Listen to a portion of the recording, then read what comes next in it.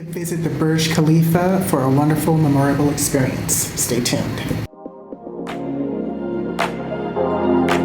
Hi folks, welcome back to Amazing Fragrances. I am Simone, and today I wanted to just share with you my wonderful experience of the BURJ KHALIFA. I just went last week with a group of friends in Dubai, and I want to point out some things for you. So one, you know the best way to get there, what kind of ticket you should purchase, and how to navigate through the BURJ KHALIFA, best way to do that, and how to leave once you're done with the Dubai Mall. So first of all, starting off with, there are 163 floors of the BURJ KHALIFA. Now visitors, I believe, can go a little bit beyond that, but the special tickets that get you to the observatory areas, the top one is the 148th floor. So first thing, my suggestion would be, when you get there first of all, you're going to get there, you're going to go in an Uber.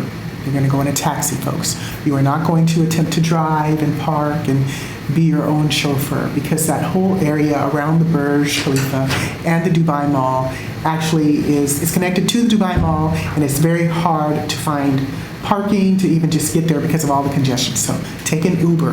And if you have a large group, no problem, you can get an Uber that has the limousine feature, which like seats 6 to 7 people. It's really nice. That's one of the ones that we took that came to the hotel to pick us up. So do not attempt to drive yourself. Even if you have a rental car, I would just take an Uber or taxi. So that's getting there. So once you're there, the taxi or the Uber might drop you off at the Dubai Mall, which is fine because the BURJ KHALIFA is connected to the Dubai Mall.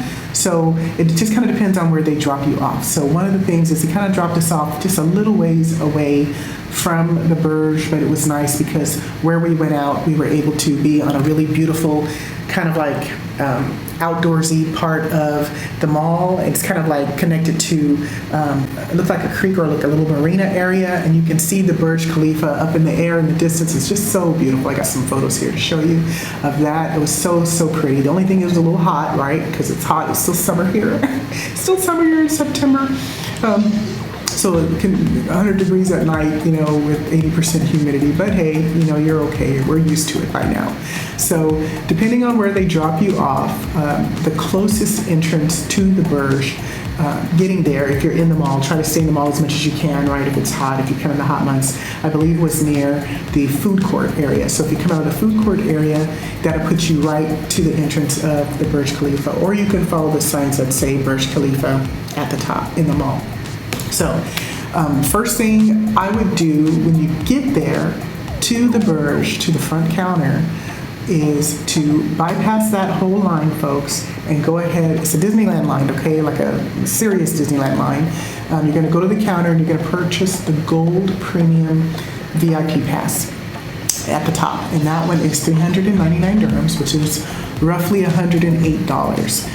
This is what we purchased because we asked the man, because of course just coming up there we saw this line, and I kept thinking, what is this line for? Is this can't be to the BURJ. We're not even around the corner yet to the front of the area to get to the BURJ. But that line was serious, folks. So go to the front counter, ask for that VIP.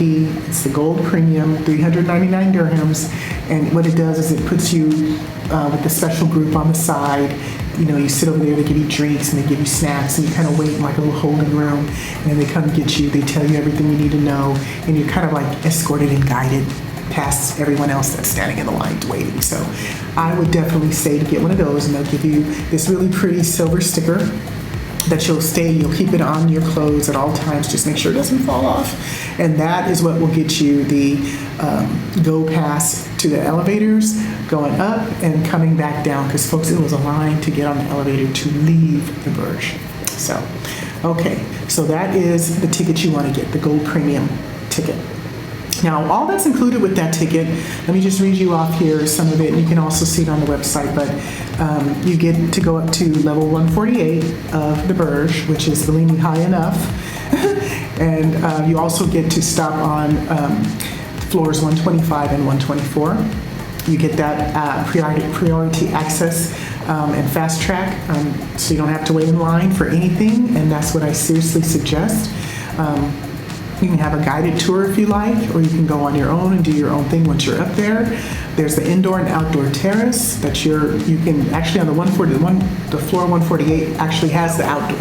So you'll kind of be out, you can feel the air, you can see the top. Actually, there's only like maybe 15 more stories after that, but this is the top, the observatory where you can walk out, 148, floor 148. You get access to the Sky Lounge, and it's kind of like a little seating area. It's very luxurious. You get to sit and wait. It's kind of like being in an airport business class lounge, where you can sit and they've got people coming and asking you what you want to drink, and you get snacks and water and, free stuff like that. So it's very, very fancy. And then you get free Wi-Fi, so you can be up there, you can just relax, you can look out, and you feel like you're on top of the world at this point. At level 148. You're literally looking down at other buildings that go up to 70, 100, 60 stories, and they just look itty bitty at 148, the level 148. So children under the age of 3 are free, so you can take them there with you if you have a small child. The only thing I would say though is when you're going up the elevator, it is a smooth ride, folks, but your ears will start popping after 100 once you see the numbers going up and you're going up a little bit faster and faster, but it's a very smooth ride up. I was very impressed. I don't think we were on the elevator more than not even 30 seconds, not even 40 seconds to get all the way up to 148 from being on the ground floor. Children up to the age of 16 must be accompanied by an adult, so no teenagers under 16 by themselves that can go up to the BURJ. Okay, so once you get your ticket and they move you on as your little private group, you are going to start at floor 148, and you're going to work your way down to 125 and 124. And now there's no time limit on how long you can stay on those floors. We were up there probably on each floor for maybe 15 minutes, 20 minutes. One thing I will say is just to remember that once you leave the floor, and the people will remind you there too, it's really, really well organized, is once you leave the floor, you cannot return to that floor. So make sure you have everything with you. Don't leave any belongings because it will be very hard to get back to the end of the floor that you just came from. There didn't seem to be a dress code, even though I know the website says, I think it says smart casual, because I saw people in shorts. I saw women wearing tank tops, which I kind of wouldn't really feel comfortable wearing anyway in the Middle East. But, they didn't say anything to them. But one thing I would say, if you just want to contain that modesty, is just wear pants or a long dress, and sandals is fine too. So men can wear shorts, but I would wear long shorts, men, that kind of go down to your knees, and anybody, women or men, can wear shirts like this. This is fine. You can wear short sleeve shirts. That was fine. You can take your phones, and you can video as much as you can. As you can see here, I'm videotaping. I'm looking out. People are videotaping and taking pictures, and they don't seem to mind any of that at all. There was no problem with videotaping those things. The only thing I would say is just to be mindful of videotaping other people in your videos, especially UAE local national folks. You don't want to do that. Now, told you the best way to get there. The best way to leave there, once you're done with the BURJ, actually, you'll be in a special group to go down, passing the queue of all the thousands of people waiting to get on the elevator to leave.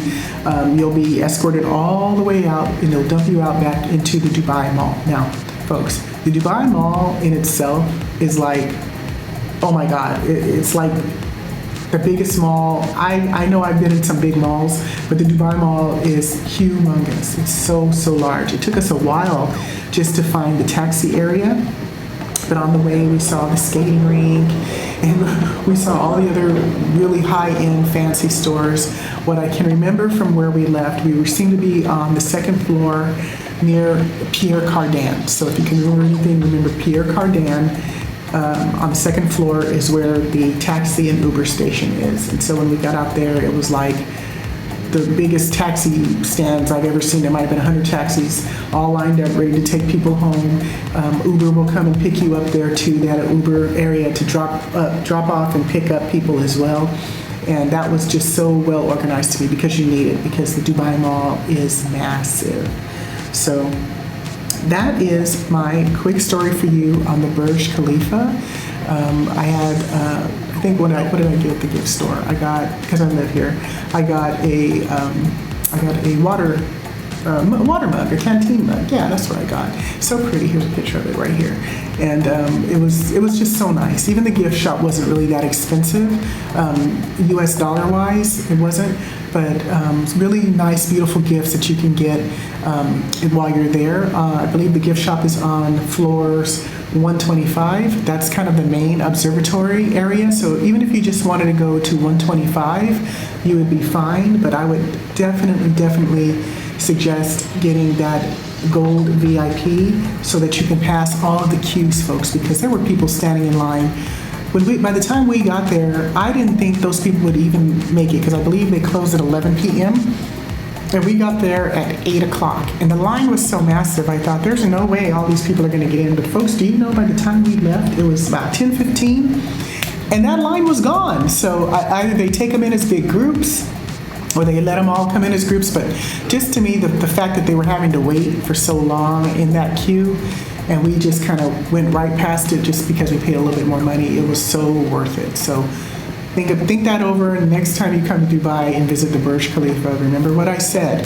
You're going to take an Uber, you're going to take a taxi. They're probably going to drop you in the Dubai Mall. Just follow the signs to the Burj Khalifa at the top. There'll be signs that trade down. There'll be many people in the mall to direct you where to go.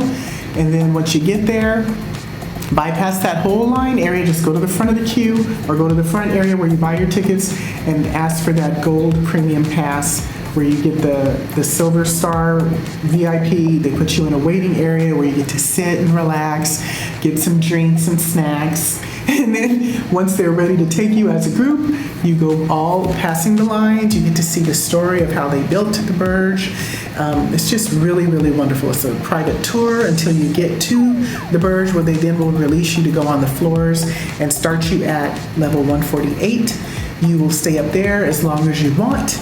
You can sit and relax because they have a beautiful lounge where they'll serve you water, drinks, and Arabic coffee. And then when you're ready to move down to 125, that's the gift shop, where you can take more pictures, and now you can see the difference between the 148th floor and the 125th floor. You're just a little bit closer to all those large buildings that are right below you, and you get to buy wonderful gifts, which was really nice too.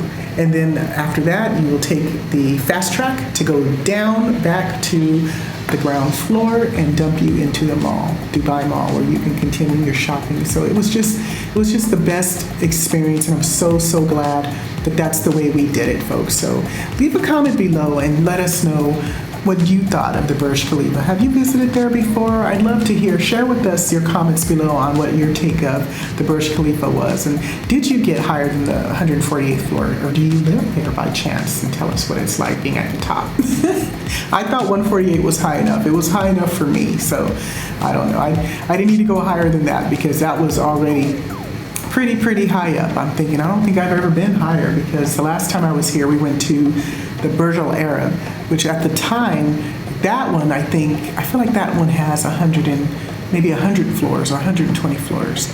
I don't know. Does anybody know? Leave a comment below for the Burj Al Arab, which that's the one that's shaped like a sailboat. That's also in Dubai. But at the time I was here 20 years ago, that one was the main hotel, and everybody was in awe of, if you can believe it, compared to what they have now, right?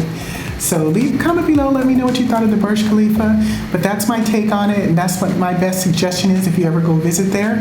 And in the meantime, here's another video for you right here, and I will see you on the next video. Bye-bye.